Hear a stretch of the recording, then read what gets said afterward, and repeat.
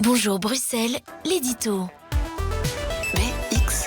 L'histoire est toujours écrite par les vainqueurs et ce sont les gagnants, seulement eux qu'on retient. Ceux qui arrivent en haut du podium, c'est le numéro 1 dont on va retenir le tube, le gagnant de l'élection dont on va garder le nom, le vainqueur du championnat qui va rentrer dans l'histoire.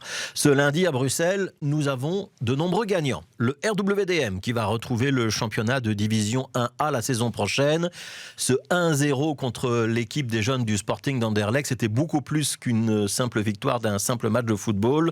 Pour l'ancien des Rings, c'est un retour en grâce. Champion de Belgique en 75, mais au bord de la disparition en 2002.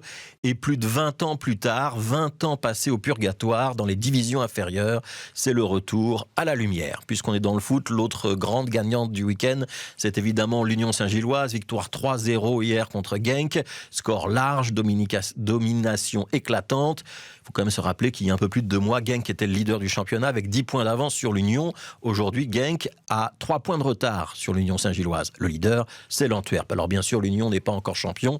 On ne va pas vendre la peau des Anversois avant d'être monté sur la pelouse, mais ça fait 2 saisons que cette Union Saint-Gilloise nous fait rêver, à tel point qu'on serait presque tenté de dire qu'être champion ou pas, c'est plus la question. Bon, bien sûr, un titre, ça ferait plaisir aux supporters et aux amateurs de foot.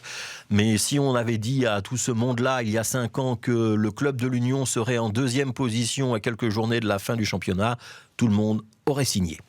Être champion, est-ce que c'est l'essentiel finalement ? Est-ce que c'est pas aussi le panache d'accepter de ne pas l'être ? Comme Remco Evenepoel, contraint à l'abandon pour cause de Covid-19, alors qu'il vient de gagner un contre-la-montre et de reprendre le maillot rose de leader. L'histoire est déchirante, forcément profondément injuste. Il y a du Poulidor dans cette mésaventure, alors qu'on rêverait d'une carrière à la Eddy Merckx pour Remco Evenepoel. Remco Evenepoel qui est donc perdant magnifique sur ce coup-là.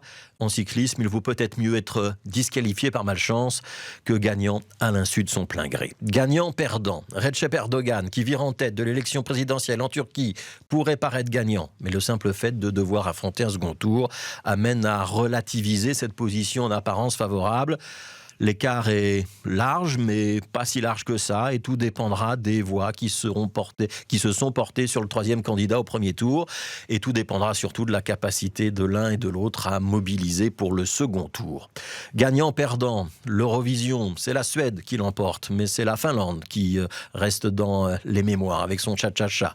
Et une 7e place pour la Belgique qui nous fait dire qu'on n'est pas complètement perdant. Et puis il y a la politique, bien sûr, avec des congrès de partis à l'appel côté néerlandophone. Ce week-end, des déclarations, en veux-tu, en voilà. Il faut un virage confédéral. Non, il ne faut pas. On veut un gouvernement d'urgence. Non, on veut un gouvernement de programme. Gagnant, perdant, c'est peut-être quand même un petit peu tôt, parce que les élections ne sont prévues qu'au printemps de l'année prochaine. Et nous, à Bruxelles, on sera surtout attentifs à ce que la Flandre et la Wallonie ne négocient pas un accord dont les Bruxellois seraient les grands perdants. Et en attendant, on vous souhaite très modestement de passer une bonne semaine avec au choix un moral de gagnant ou le panache d'un grand perdant.